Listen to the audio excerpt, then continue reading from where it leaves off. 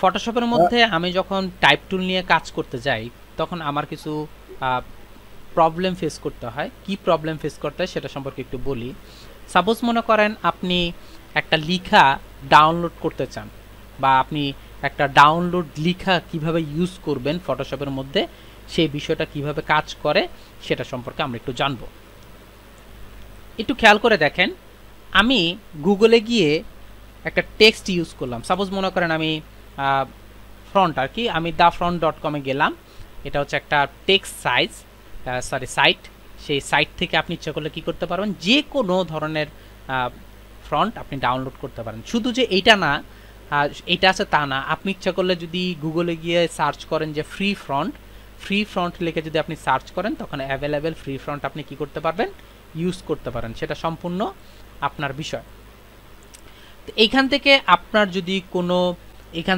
যদি কোনো টেক্সট পছন্দ হয় যে না এই টেক্সটটা আমি ইউজ করতে চাচ্ছি, তখন আপনি কি করতে পারবেন, এখান থেকে ডাউনলোড করে ফেলতে পারবেন। তবে এই ক্ষেত্রে আরেকটা কথা বলে রাখি, আপনি যদি গুগলে গিয়ে সার্চ করেন যে ফ্রি ফ্রন্ট লিখে যদি সার্চ করেন, তাহলে কিন্তু আপনি কি করতে পারেন, অ্যাভেলেবেল ফ্রন্ট ডাউনলোড করবেন। যেমন খেয়াল করে দেখেন 101 ফ্রি ফ্রন্ট ডাউনলোড 60,000, অর্থাৎ 60,000 ফ্রন্টের থেকে আপনি ডাউনলোড করবেন। এইভাবে অনেক সাইট আছে যেখান থেকে আপনি কি করতে পারবেন, ফ্রি ফ্রন্ট ডাউনলোড করতে পারবেন।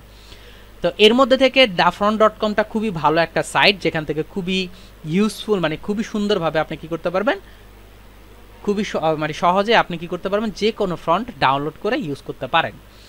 এই যে ফ্রন্টগুলো যা আছে, এই ফ্রন্টগুলোর মধ্যে একটা খেয়াল করে দেখেন, এই পাশে খেয়াল করে দেখেন একটা জিনিস এখানে লেখা আছে ফ্রি ফ্রম পার্সোনাল ইউজ। এরপর খেয়াল করে দেখেন ফ্রি ফ্রম পার্সোনাল ইউজ, এখানে লেখা আছে to front file, free from personal use to front file. অর্থাৎ এই ফ্রন্টটার মধ্যে আপনি দুইটা ফাইল পাবেন, একটা আপনার হয়তো বা রেগুলার পাবেন আর একটা হচ্ছে বোল্ড পাবেন। বলার উদ্দেশ্য হচ্ছে যখন আমি ডাউনলোড করব, ডাউনলোডের সময় একটু দেখে রাখবেন যে আসলে আপনার যে ফ্রন্টটা আপনি ইউজ করতেছেন, অর্থাৎ যে ফ্রন্ট আপনি ডাউনলোড করতেছেন, সেই ফ্রন্টের মধ্যে কি আরও কোনো ফ্রন্ট আছে কিনা, অর্থাৎ ভিতরে আমি রেগুলার ফ্রন্ট, থিন ফ্রন্ট বা বোল্ড এগুলো পাবো কিনা। এই যেমন খেয়াল করে দেখেন এই ফ্রন্টের মধ্যে 4টা স্টাইল আছে, আমরা যে রেগুলার স্টাইলগুলো আছে ওগুলো আপনারা ইউজ করতে পারবেন। জাস্ট যে বিষয় আমি বুঝাতে চাচ্ছি সেটা হচ্ছে, আমি কোনো ডাউনলোড ফ্রন্ট যদি ইউজ করতে চাই, আপনি কি করতে পারবেন, খুব সহজে যে কোনো ডাউনলোডেড ফ্রন্ট আপনি প্রয়োজন মতো ইউজ করতে পারেন। যেমন খেয়াল করে দেখেন এটা হচ্ছে একটা ডাউনলোডের ফ্রন্ট, আমার কাছে ভালো লাগছে, মনে করেন এটা আমার ভালো লাগছে, আমি কি করব, ডাউনলোডে ক্লিক করব। ডাউনলোডে ক্লিক করার পর এই যে দেখেন আমার এখানে ডাউনলোড হয়ে গেছে। এখন আমি এই ফ্রন্টটাকে কি করতে চাচ্ছি, ইউজ করতে চাচ্ছি ফটোশপের মধ্যে। এজন্য আমি যেটা করব, আমি ডাউনলোডে চলে গেলাম, ডাউনলোডে গিয়ে এই যে আমার ডাউনলোড যে হচ্ছে বা হয়ে গেছে, রাইট বাটন ক্লিক করে আমি এটাকে কি করব, আগে এক্সট্র্যাক্ট করে নিতে হবে। বিকজ অফ আপনার যত ফ্রন্টই আপনি ডাউনলোড করেন না কেন, প্রত্যেকটা ফ্রন্টই থাকে হচ্ছে আপনার কিসের মধ্যে, যে এটা হচ্ছে আপনার জিপ ফাইল হিসেবে থাকে, আমাকে কি করতে হবে, এক্সট্র্যাক্ট করে নিতে হবে। যে কোনো ফ্রন্টই আপনি ডাউনলোড করেন না কেন, এটা জিপ ফাইল হিসেবে থাকে। দেন হচ্ছে ডাবল ক্লিক করব, ডাবল ক্লিক করে দেখেন দুইটা ফ্রন্টের সাইজ আছে, আমি দুইটাকেই সিলেক্ট করলাম, রাইট বাটন ক্লিক করলাম, দুইটাকেই সিলেক্ট করলাম, রাইট বাটন ক্লিক করলাম, দেন হচ্ছে আমি ইনস্টলে ক্লিক করলাম। অর্থাৎ একসাথেই আমার দুইটা ফ্রন্ট কি হচ্ছে, আপনার হয়ে যাবে। আমি ইচ্ছা করলে রিপ্লেস করব, যেহেতু আপনার একটা আছে, আমি যদি চাই যে রিপ্লেস করে দিতে, আপনি ইচ্ছা করলে রিপ্লেস করে দিতে পারেন, আচ্ছা, যদি থেকে থাকে। আচ্ছা, এরপর আমি কি করলাম, এই ফ্রন্টটা আমি কি করতেছি, ইউজ করতে চাচ্ছি। আমি গাতে গেলাম, ফটোশপে গেলাম, ফটোশপে গিয়ে আমি কি করতে চাচ্ছি, লিখতে চাচ্ছি। আমি সাপোজ মনে করেন গ্রাফিক্স কথাটাই আবার লিখলাম, লিখে আমি এটা একটু বড় করে দিই আপনাদের বোঝানোর উদ্দেশ্যে। আপনি কিন্তু ইচ্ছা করলে, আপনারা যদি চান এখানে ফ্রন্ট বড় করতে, এই যে পাশটা আছে, অর্থাৎ এই যে অংশটা আছে, এটাকে ধরে আমি কি করতে পারবো, ফ্রন্টটাকে বড় করতে পারবো। আপনি যদি চান ফ্রন্টটাকে বড় করতে ইচ্ছা করলে এভাবে ধরে বড় করতে পারবেন, ছোট বড় করতে পারবেন।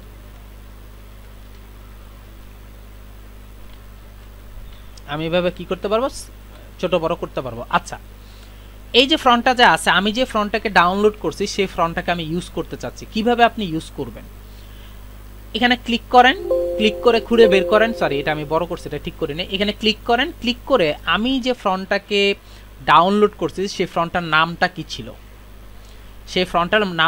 সেটা একটু দেখে আসি আমরা। দ্য মাই গিয়ারে আমরা একটু খুঁজবো, এখানে ক্লিক করব, ক্লিক করে আমরা এখানে খুঁজবো। এখানে একটা কথা বলে রাখি, অনেক সময় সিরিয়ালে পেয়ে যাবেন, যেমন দ্য মাই গিয়ার ছিল টিএইচ আছে অর্থাৎ টি দিয়ে শুরু। আমি কি করব, টিতে যাব, টিতে গিয়ে আমি দেখবো যে দ্য মাই গিয়ারটা আছে কিনা, দ্য মাই গিয়ারটা আছে কিনা আমি দেখব। এখানে খেয়াল করে দেখেন টিতে চলে আসছি, টিতে চলে এসে দেখেন আমি এই যে দেখেন আমার এখানে চলে আসছে, টিতে চলে আসছে। এখানে ক্লিক করলেই আমার এখানে চলে আসবে। যদি কখনো এরকম না পাই তখন কি করব, আমি ভিতরে একটু খুঁজবো, অর্থাৎ অনেক সময় ভিতরে ভিতরে রয়ে যায়, একটু খেয়াল করবেন, খেয়াল করে কাজ করবেন।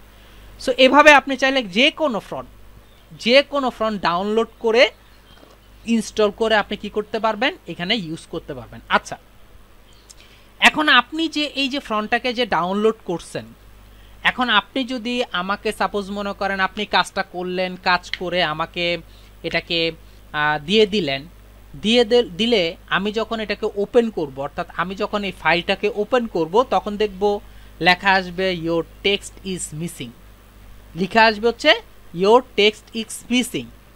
কি কারণে টেক্সট মিসিং? কারণ হচ্ছে আপনি যে ফন্টটা ইউজ করছেন সেই ফন্টটা আমার কম্পিউটারে নেই, আমার ফটোশপ বা কম্পিউটারে নেই, যার ফলে ইয়োর টেক্সট ইজ মিসিং আসতেছে। এখন এই যে প্রবলেমটা যে আছে, অর্থাৎ আপনি একটা ডাউনলোডেড ফন্ট ইউজ করে কাজ করছেন, কাজ করার পর ওইটা আমাকে দেওয়ার পর একটা ক্লায়েন্টকে যদি দেন, সেই ক্লায়েন্ট যখন দেখবে যে টেক্সট ইজ মিসিং, তখন কি হবে, তখন যে প্রবলেমটা হবে সেটা হচ্ছে আপনি ক্লায়েন্টের কাছ থেকে ভালো ফিডব্যাক পাবেন না। তখন সে আবার আপনাকে রিকোয়েস্ট করবে যে তুমি যে টেক্সটটা ইউজ করছো সেই টেক্সটটা দাও। তখন আপনাকে কি করতে হবে, টেক্সটের ফাইলটা ওনাকে দিয়ে দিতে হবে। এখন এছাড়া কি করণীয় আছে, অর্থাৎ আমি কি কাজ করলে যে আমার ক্লায়েন্ট ইউজ করতে পারবে, ইজিলি ইউজ করতে পারবে। এটার দুইটা ওয়ে আছে। নাম্বার ওয়ান হচ্ছে আপনি যদি কোনো টেক্সটকে ক্লায়েন্টকে যদি আপনি মিসিং না হয় এরকমভাবে দিতে চান, সেক্ষেত্রে আপনি যে কাজটা করতে পারেন সেটা হচ্ছে আপনি আপনার ক্লায়েন্টকে কাজের সাথে অর্থাৎ মেইন ফাইলের সাথে টেক্সট ফাইলটাও দিয়ে দিতে পারেন। অর্থাৎ আপনি এই ফাইলটাও দিয়ে দিতে পারেন, দিয়ে ওনাকে বলে দিবেন যে তুমি এই টেক্সটটাকে ইনস্টল করে নিও, এটাকে ইনস্টল করে নিও, এটা ওনাকে বলে দিলেন। এটা একটা ওয়ে, এটা হচ্ছে একটা ওয়ে। আরেকটা ওয়ে হচ্ছে এই যে টেক্সটটা আছে এই টেক্সটটাকে আপনি শেপে পরিণত করে নিতে পারেন, অর্থাৎ আপনি আপনার টেক্সটটাকে শেপে পরিণত করে দিতে পারেন। এতে কোথাও উনি যদি ওনার কম্পিউটারে যদি কোনো রকম আপনার শেপ ওপেন হওয়ার ওয়ে থাকে, তাহলে কি হবে, এই টেক্সটটাও ওপেন হবে। বিকজ অফ যে কোনো গ্রাফিক্স রিলেটেড সফটওয়্যারের মধ্যেই, যে কোনো গ্রাফিক্স রিলেটেড সফটওয়্যারের মধ্যে কি হয়, শেপ আছে, শেপ ওপেন হয়। সো দ্যাট কি করবেন, আপনি যদি শেপটাকে শেপে ক্রিয়েট করে দিতে পারেন আপনার টেক্সটটাকে, তাহলে কি হবে, যে কোনো মানে ফাইলেই কি হবে, এটা ওপেন হবে। তো এটাকে কিভাবে আপনি টেক্সটটাকে কিভাবে শেপে পরিণত করবেন, শেপে পরিণত করার জন্যে আমার যে টেক্সটের যে লেয়ারটা আছে সেই লেয়ারের মধ্যে আমি একটা ক্লিক করব। ক্লিক করলে এখানে একটা অপশন পাবেন, দেখেন ক্রিয়েট ওয়ার্ক পাথ, আরেকটা লেখা আছে কনভার্ট টু শেপ।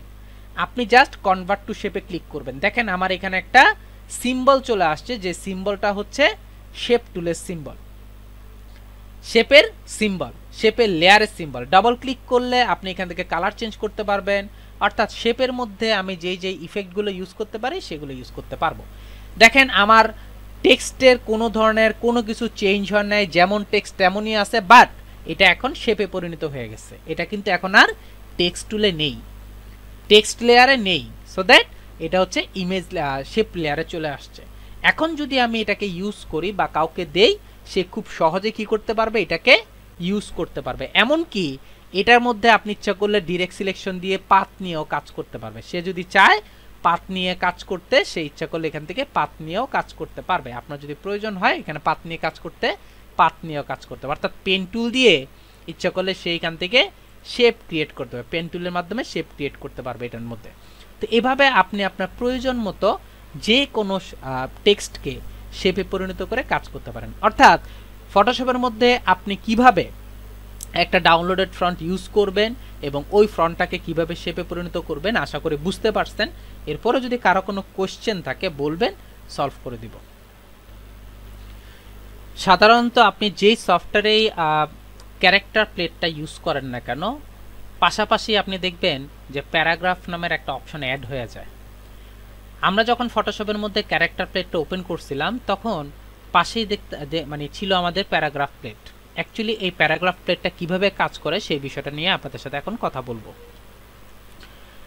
আমি একটা টেক্সট ইউজ করলাম, আমি সাপোজ আপনার এখান থেকে একটা টেক্সট বক্স ক্রিয়েট করে নিলাম, দেন হচ্ছে আমি এখান থেকে আমার যে পয়েন্টসটা আছে সেই পয়েন্টসটাকে একটু কমিয়ে নিলাম। এখন আমি চাচ্ছি এই যে টেক্সট বক্সটার মধ্যে কিছু লেখা অ্যাড করতে। তো নর্মালি যেটা হয় আর কি, সেটা হচ্ছে আমি আমার যদি কোনো ক্লায়েন্ট কোনো টেক্সট দিয়ে থাকে সেই টেক্সট আমি এই টেক্সট বক্সে ইউজ করতে পারবো। যদি আমার ক্লায়েন্ট না দেয় বাট আমার ডিজাইনের ক্ষেত্রে আমাকে টেক্সট বক্সের মধ্যে টেক্সট লিখতে হবে, সেক্ষেত্রে আপনি যেটা করতে পারেন, আমাদের যেই মেনু বার আছে সেই মেনু বারের মধ্যে দেখেন টাইপ নামের একটা অপশন আছে, সেই টাইপের মধ্যে ক্লিক করলে এখানে একটা অপশন পাবেন হচ্ছে পেস্ট লরেন ইপসাম।